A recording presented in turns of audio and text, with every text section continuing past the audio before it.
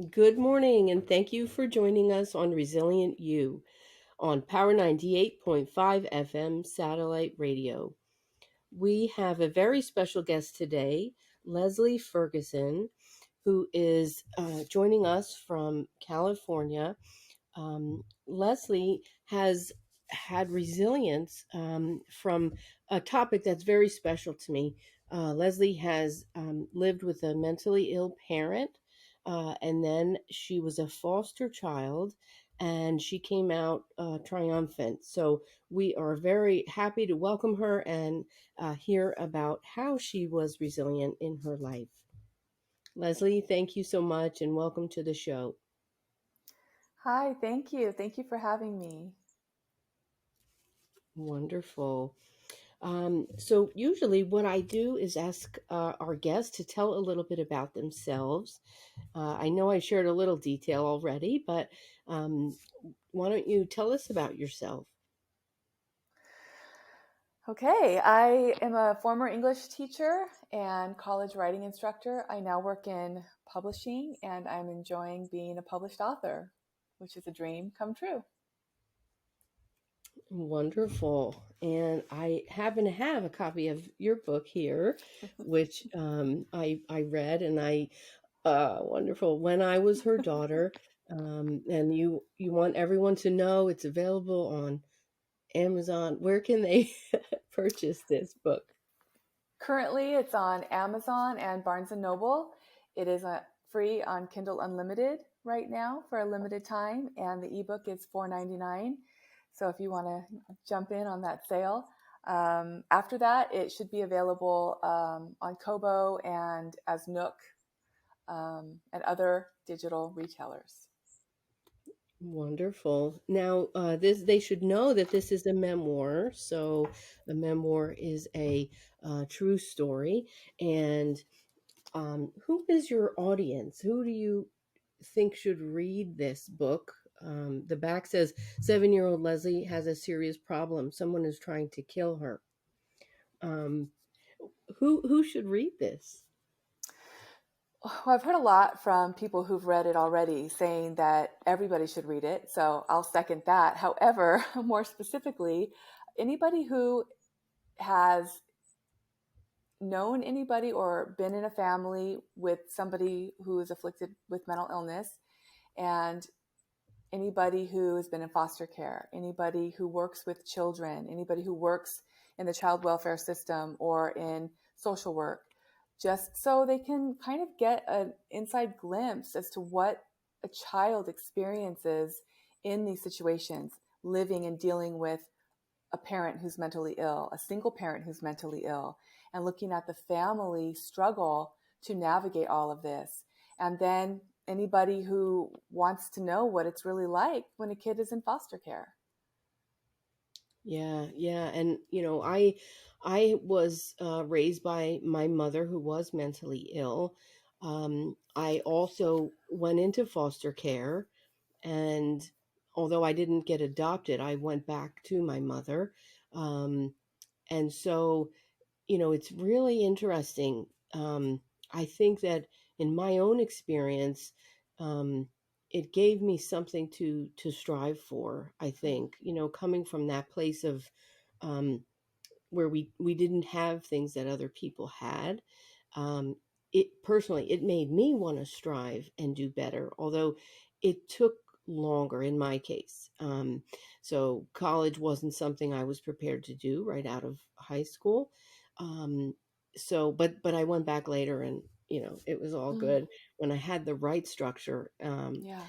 So when you were younger, um, and you had a sibling. I didn't have a sibling. I had a half sister, but my mom gave her up.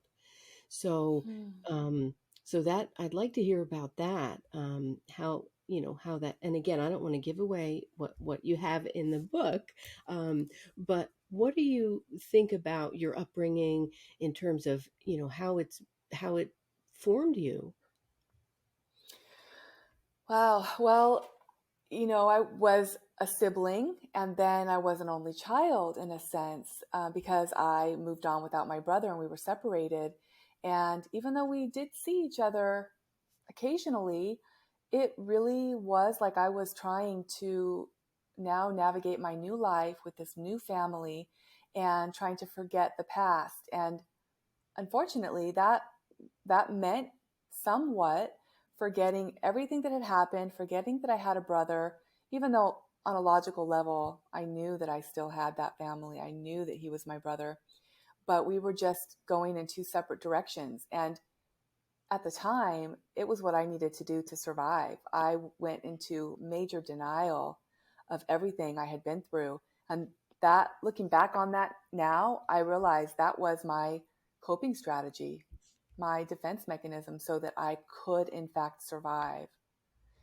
Mm. Um, and, looking at, I think it's fortunate, people who do read the book will get to know what happens with the relationship between my brother and me. And it's a happy story, thankfully. But we had to come back to each other. And it was, I was the one who had basically tried to move on. And he was always still my brother and maybe trying to make more of an effort. But I needed to distance myself from him in very meaningful ways. And when I was ready to come back into his life, he welcomed me with open arms, and there was no resentment. He was just ready to be there for me. And that was incredible. Wow. So you talk about, denying what you had been through to survive. Yeah. Um, and when I read your book, I felt like, you were going through things and being very reflective, whether you were aware of your feelings or not. I feel like you were able to, always look ahead and kind of have a plan and have a, a way to stay safe, and so that's really interesting.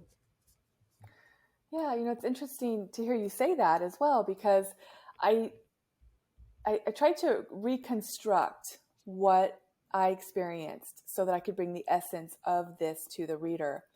And it's hard to know how much of what I feel now was actually beginning then, or if I am just have that advantage of being grown up and having survived this to where I look back and relive that trauma so that I can create the scenes for the reader and Mm. then bring my insights to it. How much of it was me at the time being so keen and insightful. I don't think I was. There were some, to some degree, yes, there was always that element of hope of it has to be different, it has to be better, right? And I think that's one thing that kept me going. And I don't ever really think I felt like, oh, I'm just going to give up. This is horrible and meaningless and worthless. There was always tomorrow. Mm. Right, right.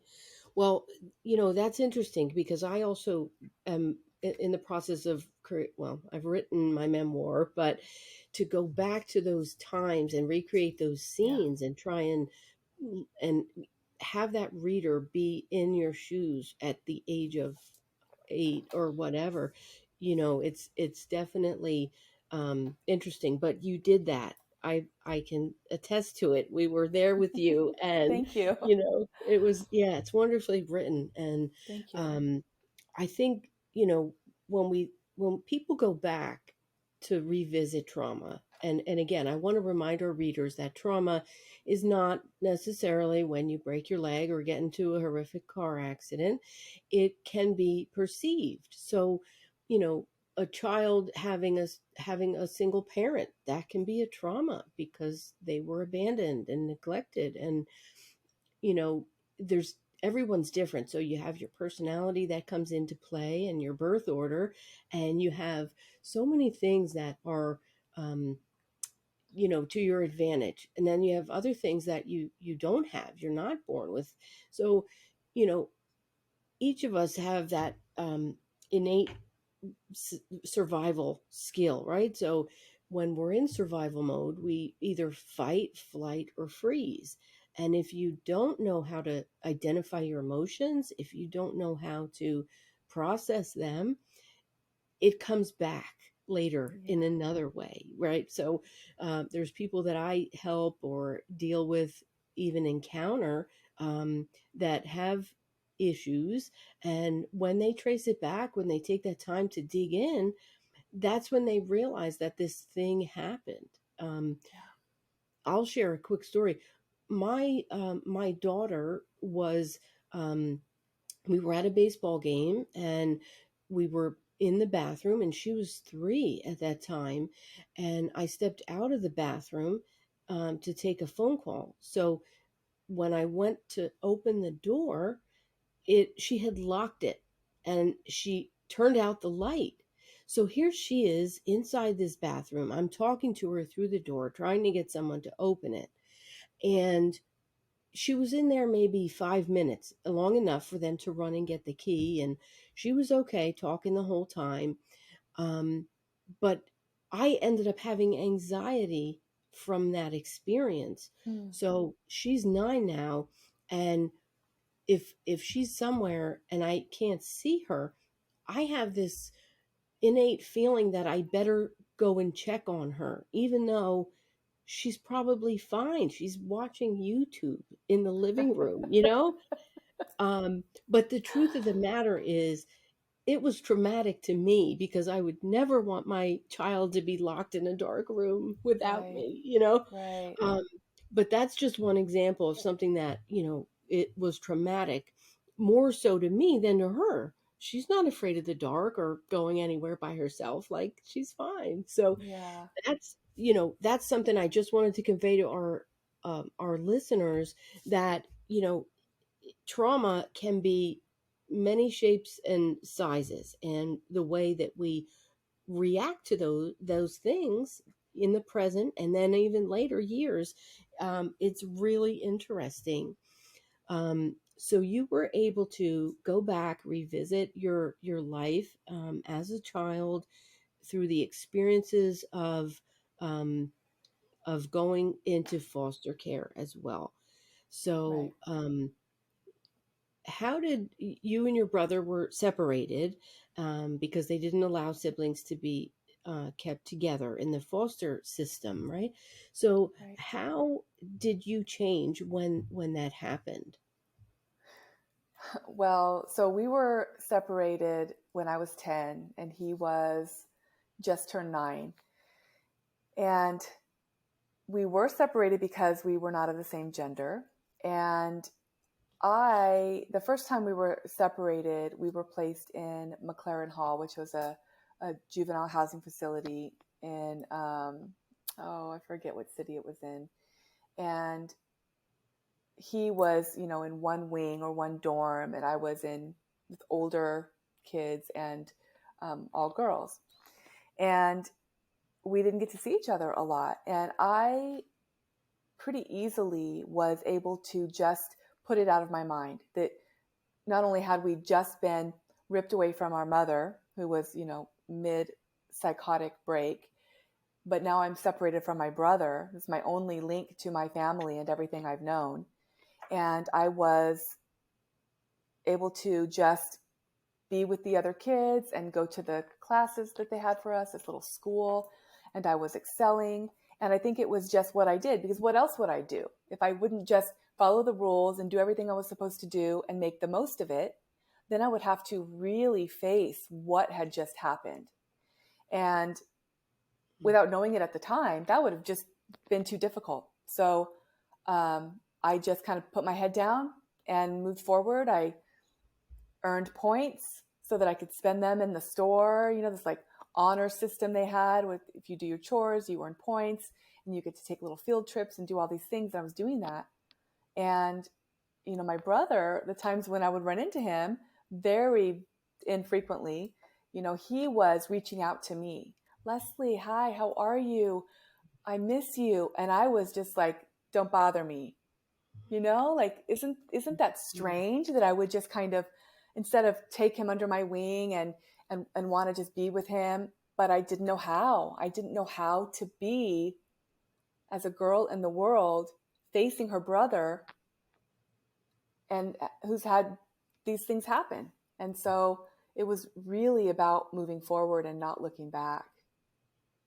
Yeah, and what you said, that what you may know now, that you it would have been too difficult to face, especially alone. You situation with your mother was unstable, Right. and you couldn't live a normal life with the structure maybe that you wanted.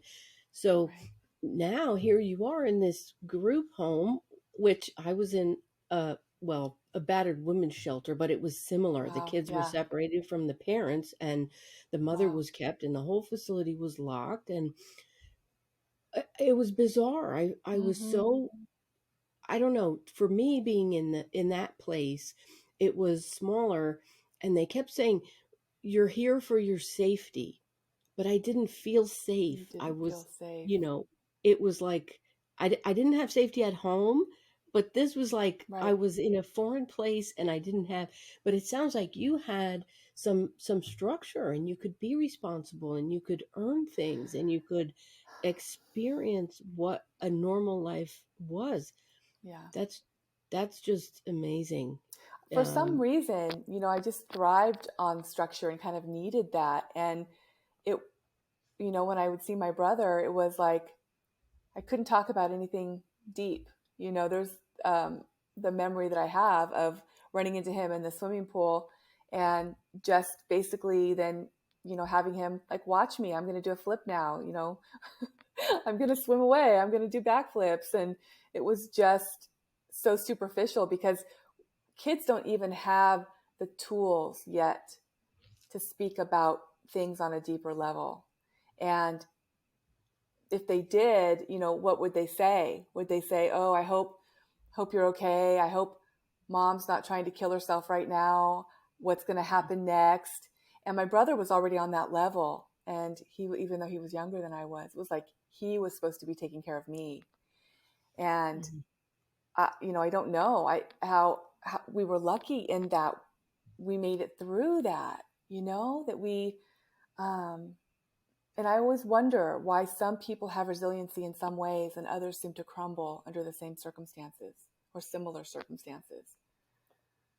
Yeah, it's true. It's true. I mean, I work with a lot of youth, and in a behavioral sense, everybody communicates their needs in a different way. Yeah. And, when you get to the root of the trauma, it's really interesting to see how they process it. Um, so, looking at your situation, um, you didn't really have the structure, then you had the structure, and you were able to thrive and succeed. And um, speaking of succeeding, you went on to be an all-American athlete and a record holder in women's basketball Yes. later. And so in terms of the whole theme of resilience, um, so you talked about when you were 10, you were, in that foster or in that situation in the group home. Um, what happened next? Let's get to the. Well, I was placed fairly quickly in a foster home, and my brother was still at the group home, but I was moved to Pico Rivera, and I didn't know at the time what I was going through. I can only guess as to what it was, that I was already suffering from depression and this intense feeling of loneliness and homesickness. And I would go visit my grandparents for a weekend and cry and beg for them to take me so that I wouldn't have to um, go back, so that I could be with them instead. And they just kept, sending me back to the home, probably not even realizing how awful, how sick, and how there was probably one of the most hopeless I'd ever felt, the most hopeless situation, which is strange. Even when I was with my mom and she was very ill and very, having psychotic episodes that were very extreme, I didn't feel so alone, so hopeless. as when I Mhm. was in a foster home, completely taken away from my family. Um, and then I spoke up, talked to my social worker, and eventually found me another home, which turned out to be a home that was good on the surface. When we went to visit to check it out, everything seemed like it was going to be wonderful. And it was just very abusive, emotionally and psychologically abusive and neglectful. I mean, they were withholding food, and it was it was not a good situation at all. And then at that time, I was in the sixth grade and was at a new school. Now I was in La Puente, California. And, from there, just events kind of started to unfold. And I met somebody who really kind of took me on and learned about me and wanted to help. And, as you read in the book, this was a very, very important person who was instrumental in my future and even still today. Mhm. Now, when I read about that, I thought about that person being like an angel, right, who Yeah, protected you. Um, Now, when you were rescued, if I, use that sure. for a word, um, did you, do you remember how you felt? Did you feel worthy, and did you feel deserving of that? So at the time, it literally was, this surprise that this question I was asked, did I want to, you know, basically change my situation with this person's help? And of course I did, so I jumped at it, but I didn't think about anything deeply as far as, oh, what is this going to mean? It was just going where the path led. A path opened up here. This was an opportunity and I followed it. And it was weird, it was weird. And also hopeful. And that I think I was really aware of. Just, okay, here's another place that I don't know. I'm going here because what else am I supposed to do? I've got to go somewhere. And I remember the night, driving to this new home, that it was so dark and we were driving into the La Habra Heights, which is, very hilly part, windy part of a city. And this house that was dark and new and being taken to this room that was now my room.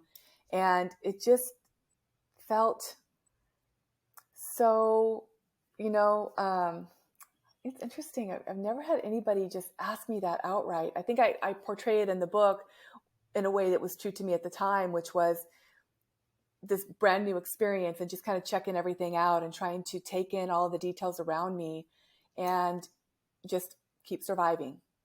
So, and that it's turned into such a wonderful thing was, I don't even know. I don't even know how that happened and how, people will say, well, you must have been quite a special kid. And it's like, well, maybe, but I was also just literally like a stringy haired, skinny kid who was lost, who needed help. And then the people who step in to help, I don't even know how they do that. I don't even know. And, this person, I mean, she's just an amazing person. If you want to say an angel, absolutely. Mhm. Because how does a stranger basically just say, come with me and I'm going to change my life and sacrifice everything so that you won't have to? Mhm. Yeah, that's amazing. Yeah. That is just amazing. When when I went into foster care, I was older. I was a teenager. Okay. Um, my mother was like, she had come into the room and started fighting with me, accusing me of doing something to her.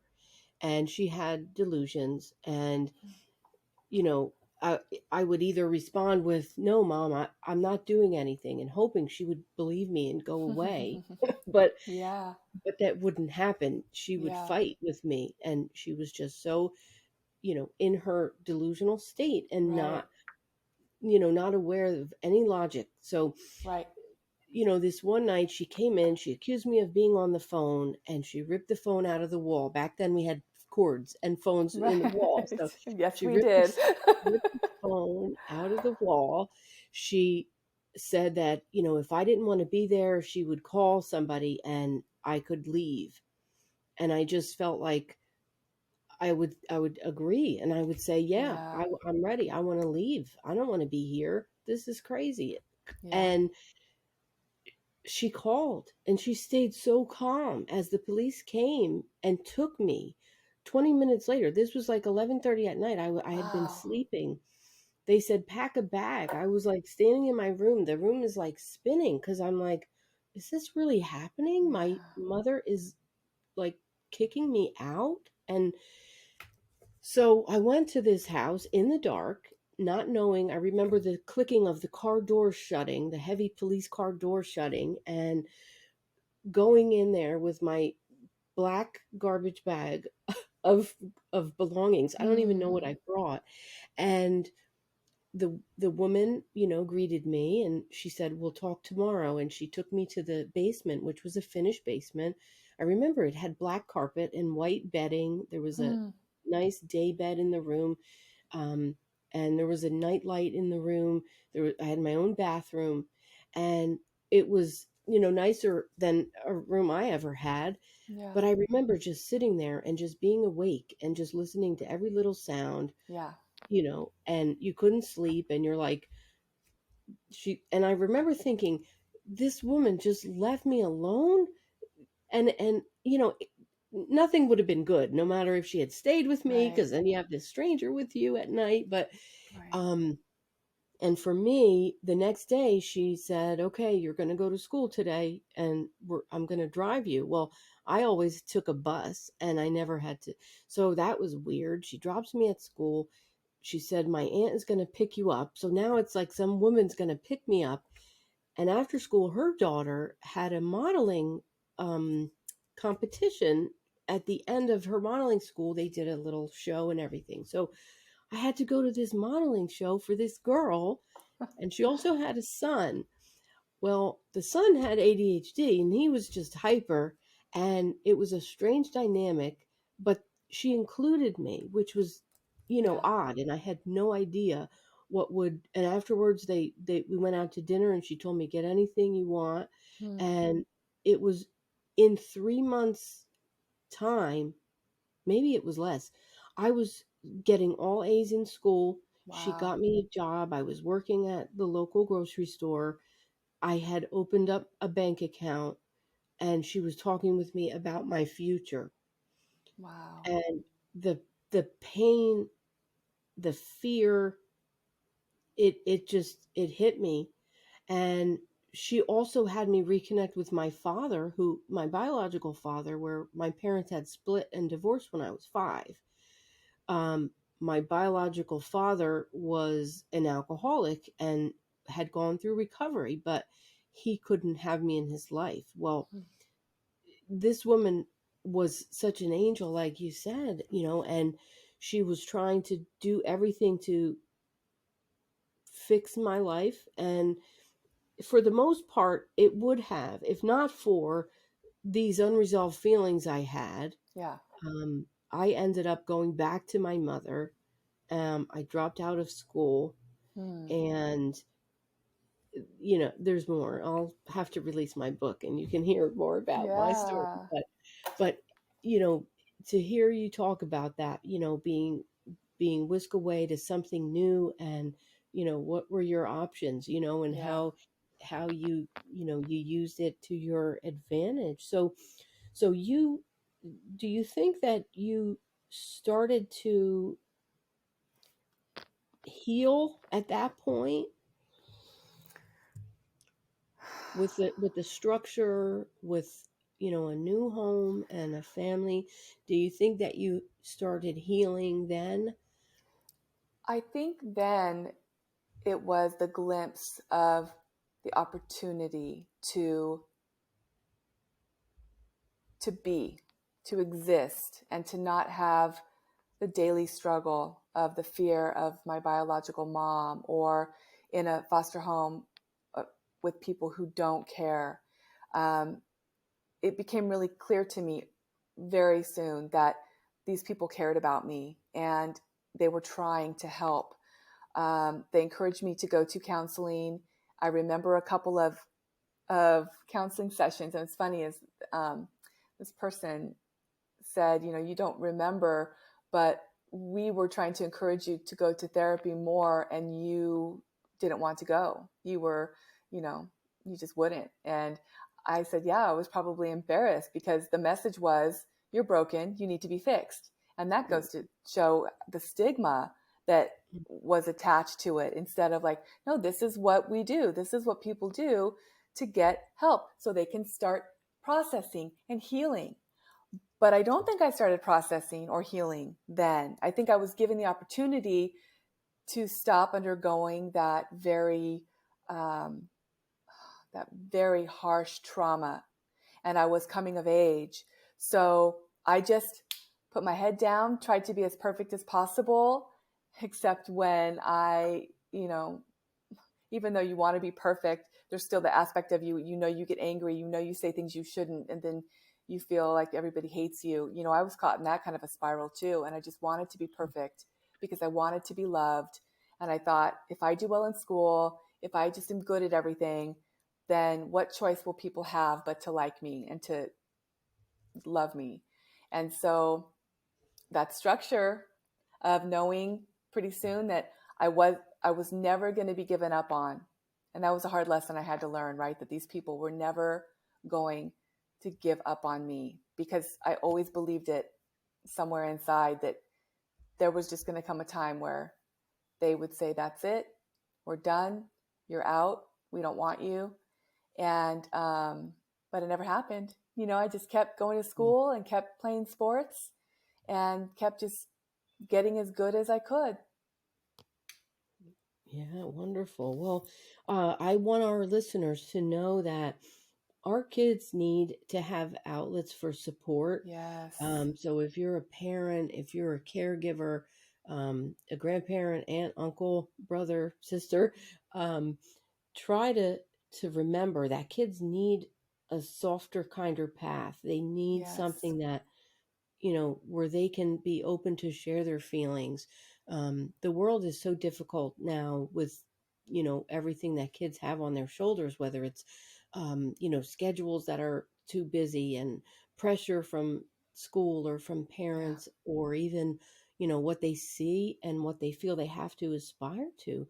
Um, Mm-hmm. so I just want to say that, you never know what someone is going through or how they're processing it, but it's so important to help to take care of our kids. So keep keep up um Absolutely. that path. Um so so Leslie, you mentioned about having depression and you felt hopeless. Then you maintained hope through it all, and eventually you did go to the counseling. And um when we fast forward, um you you excelled in sports, right? So, Right. um, how did that happen? You want to talk about your sports, or do you want to just fast forward to your Yeah. academic? No, Yeah. I mean, let's just in a nutshell, I can say fairly quickly, hopefully, that I remember coming home one day and saying, there's this thing called volleyball and they're having tryouts and I want to go, I want to play. And I went, and this was in junior high, right? And I was on the volleyball team, and um, I remember, and a lot of my teammates from that time will remember, that this person who I was living with at the time, who had rescued me, would come after her day of teaching, and she would come to the school where I was and get all of us volleyball players and load us into the back of her Volvo which, now we could never do that. But Mhm. this was, early 1980s.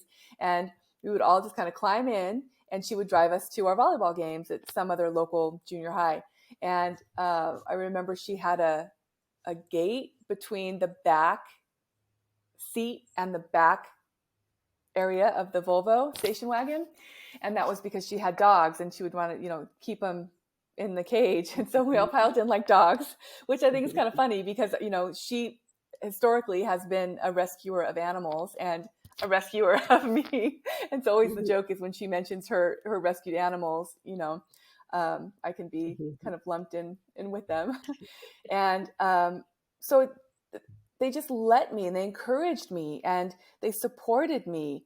And this was my outlet at the time. I didn't have anybody trying to encourage me to process and journal or draw.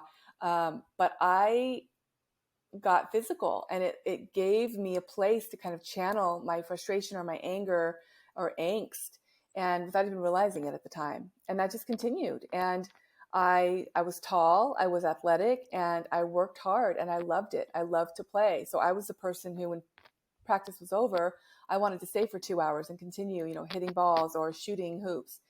And so they provided the opportunity. And that's why I think, resiliency comes and goes. And some people who are more resilient, maybe they have these opportunities that others don't have, these resources, which include support. They often include money. They include time. And if you have to be focused on something else, like what if I had to go home and take care of my siblings because my parents had to work? Well, then I Mhm. don't get opportunities to go play sports, And I think I was very fortunate that they were genuinely interested in helping me thrive. Mm. And that's something that, I'll forever be grateful for. So I did. I excelled, and in school as well. And I don't know. I don't know how. I don't know how. I just did. Mm, wonderful. Well, it's a great example, for others who, either have had a parent who was absent or, Yeah. neglectful. And I think that, the fact that you wrote your book, it's just amazing because it's Thank you. inspiration for, for so many people on so many levels. Um, I don't know. I've asked you a few questions earlier about, how did you deal with a difficult situation, and it was tied to the sports aspect. Um, I'm curious when you think about a difficult situation, um, what, how did you deal with that? And I know that Yeah. coming from a position of not having and then having support, um maybe with maybe over time you were able to better deal with things that happened. I don't know if that's true. What do you think? Yeah. So I think any child of trauma comes out of the gates. We have anxiety, we have depression always kind of knocking at the door. We have low self esteem. We have abandonment issues. I mean, it goes on and on and on. And I, it was important to me to be good at what I was doing because I thought, well, why am I going to try? If I'm going to try to do something, I'm going to do it the best that I can. And the situation in sports, that I had mentioned before was where our coach had pitted me and one of my friends against each other. And we would, duke it out. And it was all under the assumption that it was going to make us better and make us stronger because we were both talented. We were both good basketball players. But it basically just made me want to fight. It was like a negative way of channeling this energy that was all pent up inside of me. And for her too. I mean, it's like after that, our friendship kind of crumbled. And I just kept showing up to practice. I would show up feeling like I was embarrassed or angry or anxious and didn't really want to be there. But then once we played the game, I would still just go and I would just do it. And exerting energy through sports was such a great stress relief. So I dealt with it without even realizing, that just kind of releasing things through sports was happening. But I would go home in tears after practice, and I hated it. And I hated practice. I wanted it to kind of be over, but I knew I had to keep showing up because I loved the game so much. And if I didn't show up, then I was a quitter, and then I wouldn't get to practice being good. So it was more beneficial for me to show up, even though I was hating it at the time. And I just kept showing up, even though it was hard, even though I didn't want to. And someone recently asked me, because I said something to the effect of coping is a choice. And they said, really, you believe that coping is a choice? And I said, yes, I do, because at the end of the day, you have the choice to either move forward or not. And it's the decision that you make next that matters. And thankfully, I was in a place where now I was learning about how to follow through with commitment. I'd made a commitment to my team, so I had to keep going. And these were skills and traits instilled in me from these new people that I had met who were helping me. And they taught me that sometimes the right thing is the hard thing, or the hard thing to do is the right thing to do. You might not like it, but you have to follow through. And so I continued coping, even though sometimes I wanted to give up. Mhm. So you were able to have an outlet to channel things you were going through and keep you on the right path. But then there were pitfalls, and unfortunately, relationships got, Yeah. affected by it.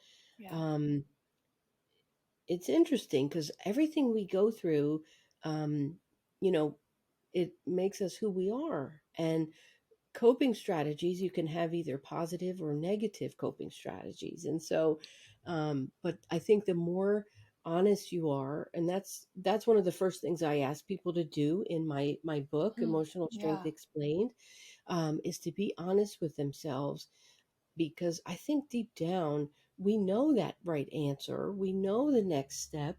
Yeah. It's just not always easy to take that, And as for me, I was never on a sports team because I had asthma growing up, and Yeah. it was like, yeah, okay, let's. I was the last pick in phys ed in gym class. I was the last pick. But now having my own kids and my husband, he says, no, he's on the team. He has to go. Even if my son hurt himself, he has to go and sit on the Yeah. bench. That's his team. He has to. So I've learned a lot, Yeah. in committing, um, you know, and my outlet was always work. I found in my career that I was able to excel and Yeah. help others. And it's interesting because relationships always kind of took second place for me. I think because I didn't feel Yeah. safe in them because of what I didn't get as a child. So it's yeah, it's I was the opposite. I was always trying to make you love me, you know? yeah, that's so funny. So And you so said something that kind of struck me about, that you excelled at work and I excelled at school and basketball. And for some people, maybe they just haven't found yet what they excel at, because whatever it is that we find, if we're good at it, that's going to encourage us to continue working hard, because then we know what that feels like to reap the rewards of that. But if you haven't found that yet, if you're still struggling, if maybe you're doing things because other people are telling you you need to do them, but you haven't found your path and what you love and what you're good at, I could see how coping would be really challenging, you know? yeah, yeah, it's true.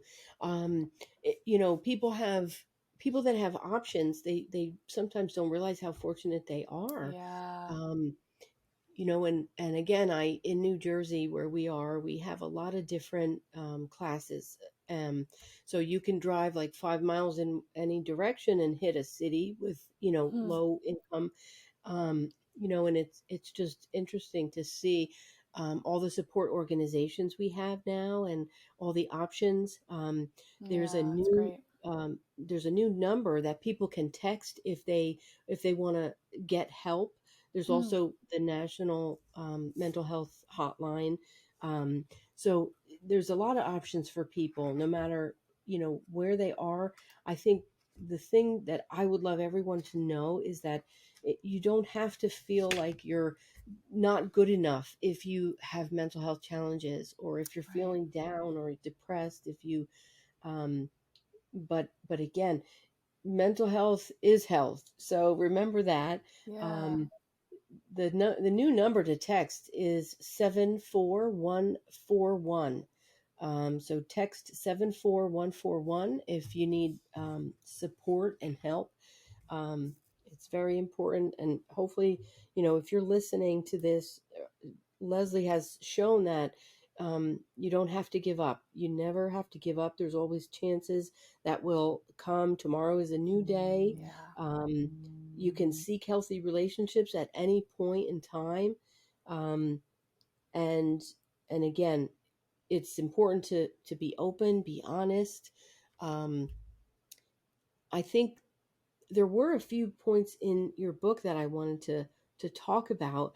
Sure. But before we do that, do you have anything else you want to share with our listeners?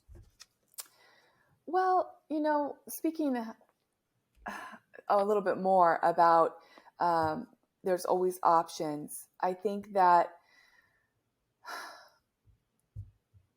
I want people to know that they're not alone. There's always somebody else who you can learn from or speak to, or um, just I think in this life a lot there's a lot of feeling alone and a lot of thinking that you're the only one who's suffering, or there's nowhere for you to go. So I love that you gave that hotline number. And um, I was thinking about what I was saying, like if you haven't found what you're good at, it's about finding what you love and finding something that you can really give your time to.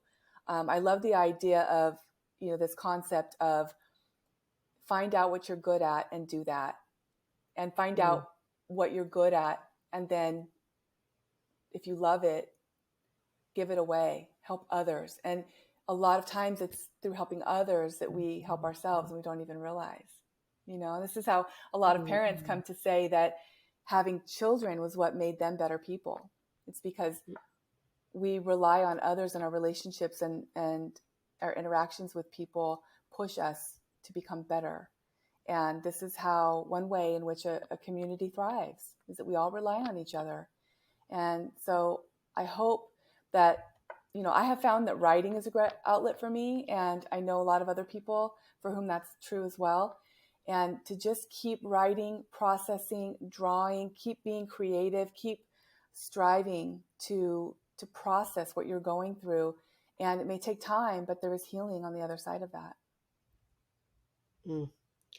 It's so true. When you were talking about there's having options, and there's always someone to learn from and speak to, and if you can find that thing that you're good at.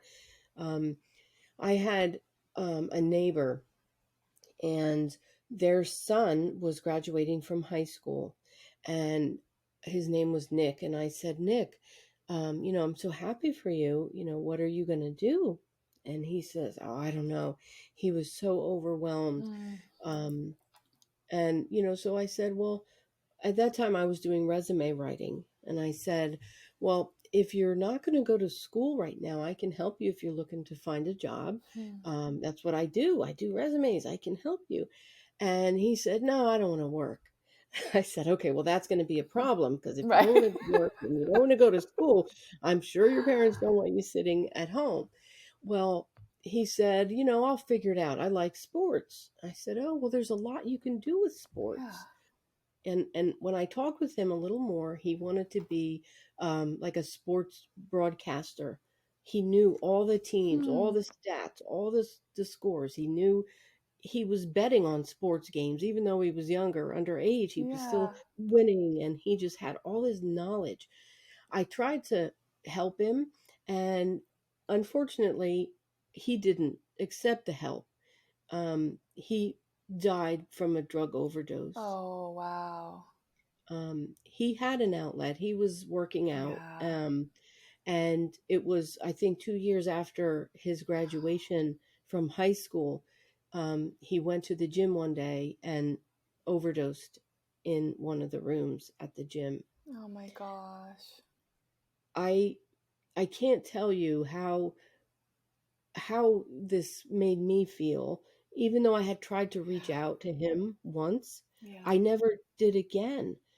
I I remember talking to his mother, and she had gone for support, thank God, because she was a mess. I mean, no parent should have to see their parent or see their child pass away. But, it was just such a thing that he just covered it up, that they didn't know he was using Yeah. drugs, and it just overtook him. And so I just really love what you said about having an outlet, but A also healthy, positive outlet because talk to otherwise, right. yeah, and talking about your feelings, even though it's difficult at first. Yeah. It's something that, even a lot of men may not want to do. Um, you know, kids, if you got criticized by your parents for different things, give it another try, because Yeah. it's important to have that open dialogue to know what's going on, and Yeah. for everybody really to be able to talk about their feelings. If people are in any relationship where there's a disconnect, or it's not balanced, it becomes difficult, and in some cases toxic even. But it's something that's so important to find that, to make sure you set your boundaries, get in touch with your own feelings, and understand what it is that is going to help you. And you're not alone. I've helped people who've been in relationship issues throughout my experiences, my education, and Mm. to hear the hope they have after hearing my experience, to say, hey, you can come out of Yeah. this and you'll be okay, and they'll be okay. You Yeah. can, there is a way. And it just really resonates with me um, that people need to understand that you can talk about your feelings, and you can get to a better place, even if it's small Yeah. steps, micro steps. We take small steps, small risks. We slowly become Right. more open to change. And it's something that is really the path to healing. That's you know that is so true.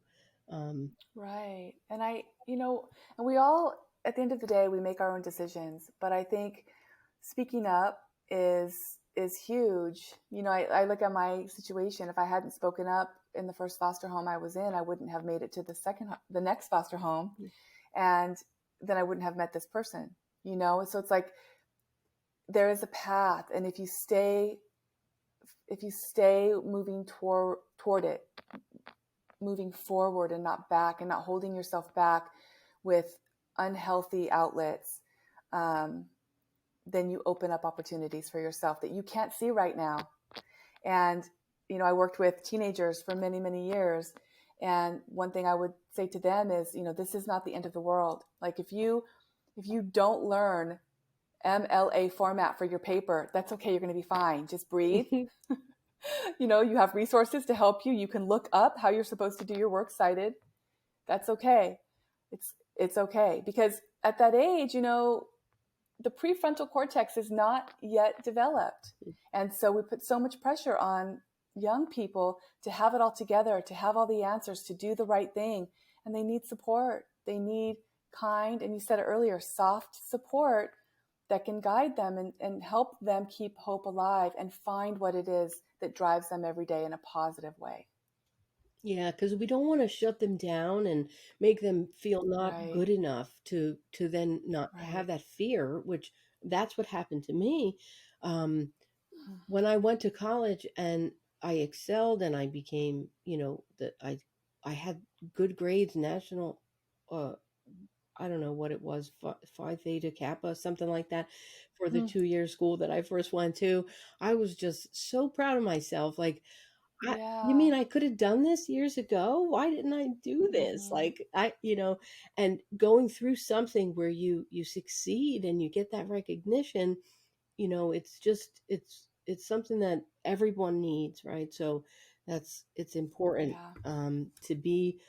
to have resilience. You need to have opportunities, you need to have chances to fail sometimes, and Right. bounce back from that, right? So Right. it, oh, well, That's what, failure teaches us, to bounce back. It teaches us so much about ourselves and how we want to move forward and show up in the world for ourselves and for others. And um, the thing about opportunities is sometimes it is a challenge because you need to create opportunities where you can.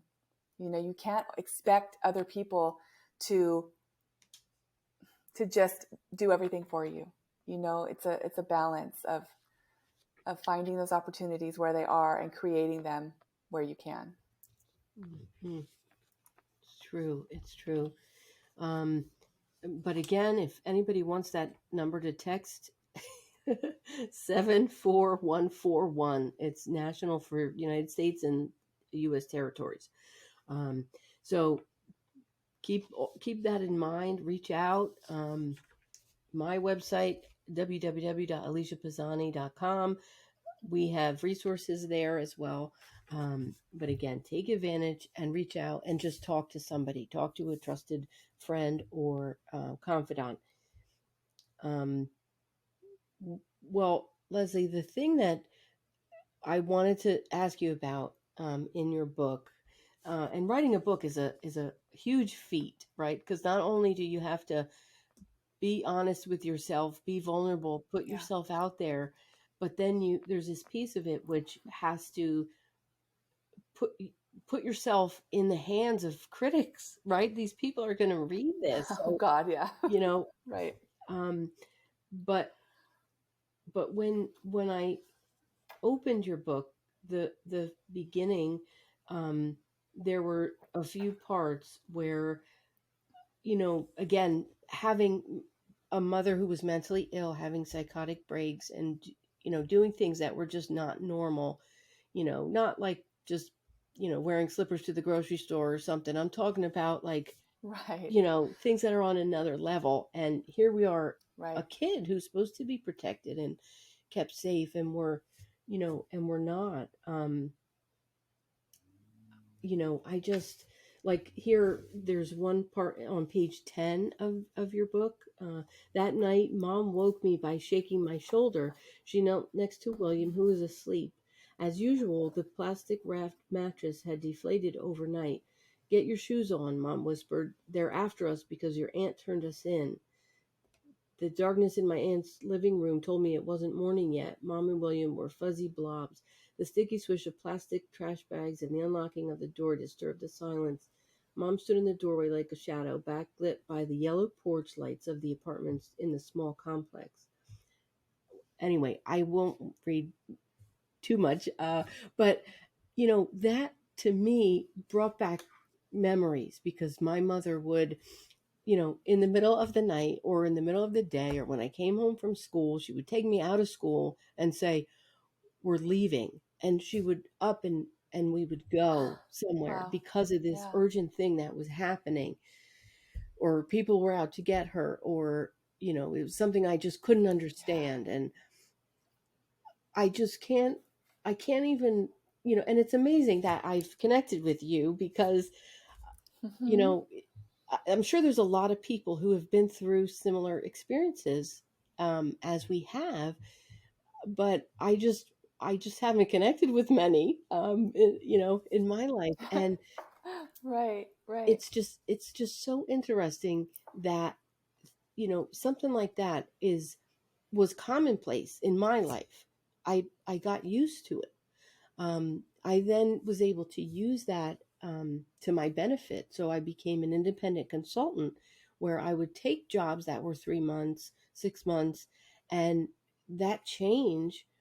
became easy for me through what I had Hmm. been through.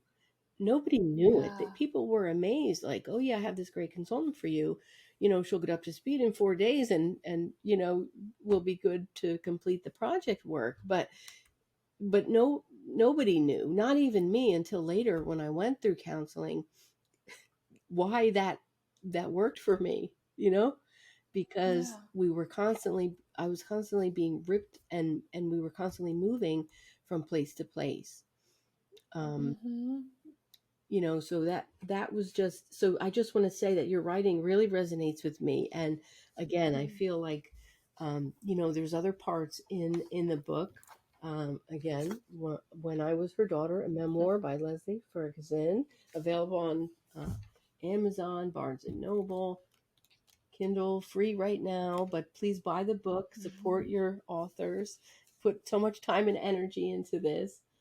um, so there was a in chapter 33, um, and this was about when you got rescued, and you used your resilience, um, to find serendipity, um, and so from everything before that to this part, for me, was like, you know, a roller coaster. You know, it's just a life Hmm. out of control, and then Yeah. when you get to this part, it was like a safe haven, you know. And it was Yeah. just so amazing to read your book. So I want to put that out there Thank for the you. listeners. Thank you.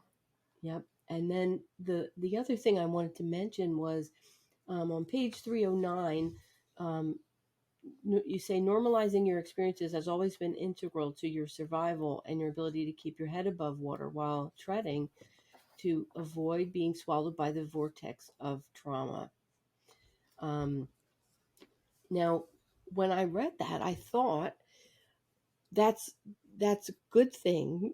You know, some people are not able to even tread that water, and they go down Right. paths of, you know, addiction or abuse, or you know, Right. they're in unable, like that boy I mentioned who committed suicide. I You know, these these things that people go through, if they don't recognize it, or get saved or get help by someone, it can definitely overtake them, you know. And your story is just so amazing, and I'm so thankful that you put it out there. Thank you. I wanted to speak to that last point. I think that regarding trauma, um, it will live in us either mentally or physically or both.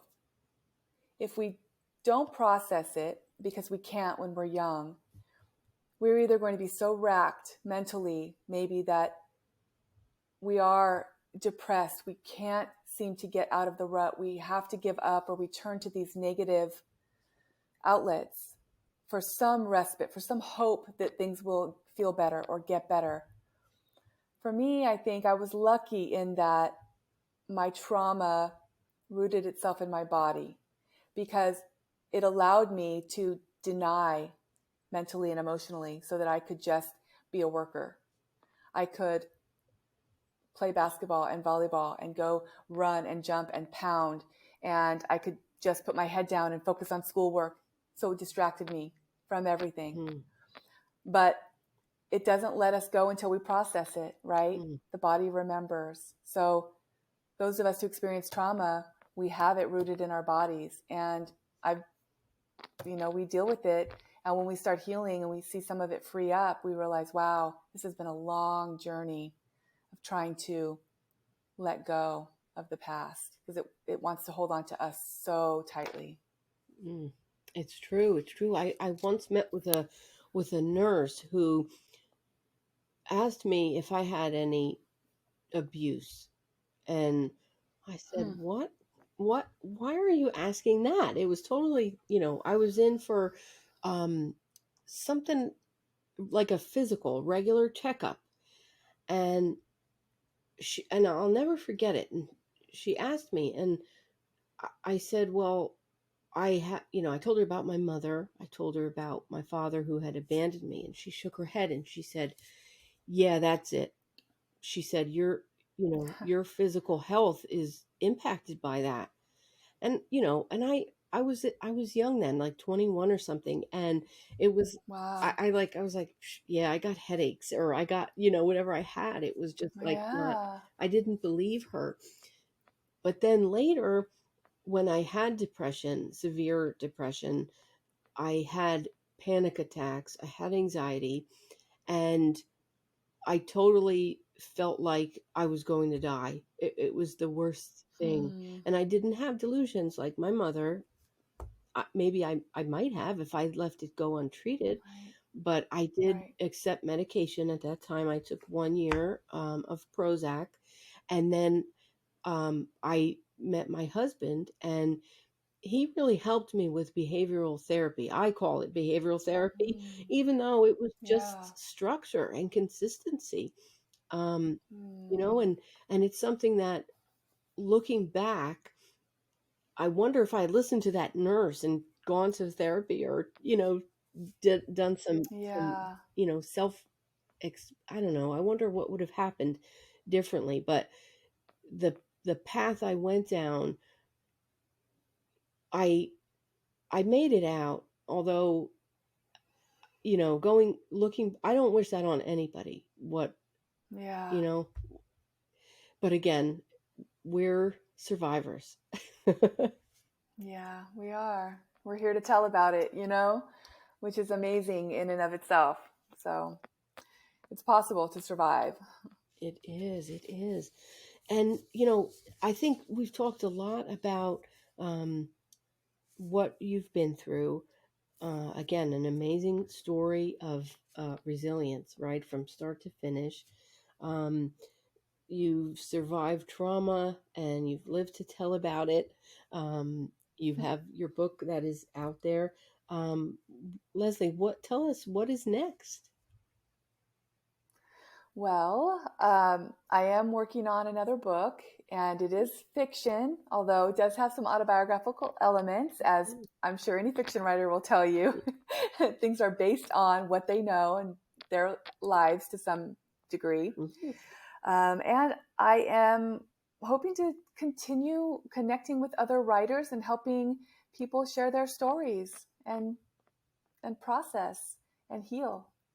So Wonderful. I have a writers a newsletter for writers that I'm starting, and the more memoirists I meet, they have all these questions, and I feel like who is better primed and positioned to help answer their questions than someone who has been through it and has learned the answers the hard way. Someone asked me today, um, how did I write my memoir, or because I said I'm starting this newsletter for writers so that I can help them learn more about how to write their memoirs. And she said, well, how did you write yours? And I said, the hard way. I learned everything as I went. I read memoir after memoir, which I think is crucial. Anything you want to write, if you're well read in it, only helps you. Watching videos, learning as much as I can. I did get an MFA, so I learned about writing there.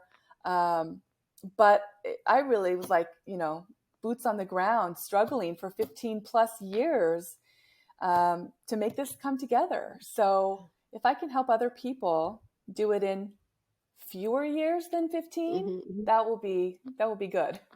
Yeah, wonderful. Well, I know you've helped me, and although mine's not out there yet, it's something that, It will be. It will be. well, maybe you want to read it for me, because it's 400 pages and I have to cut it back. I just don't know what to cut out. So, Wow. Well, I am an editor, so we should definitely stay in touch about okay. that. All right. It sounds good. Sounds good. Well, Leslie, thanks so much for joining me on Resilient You.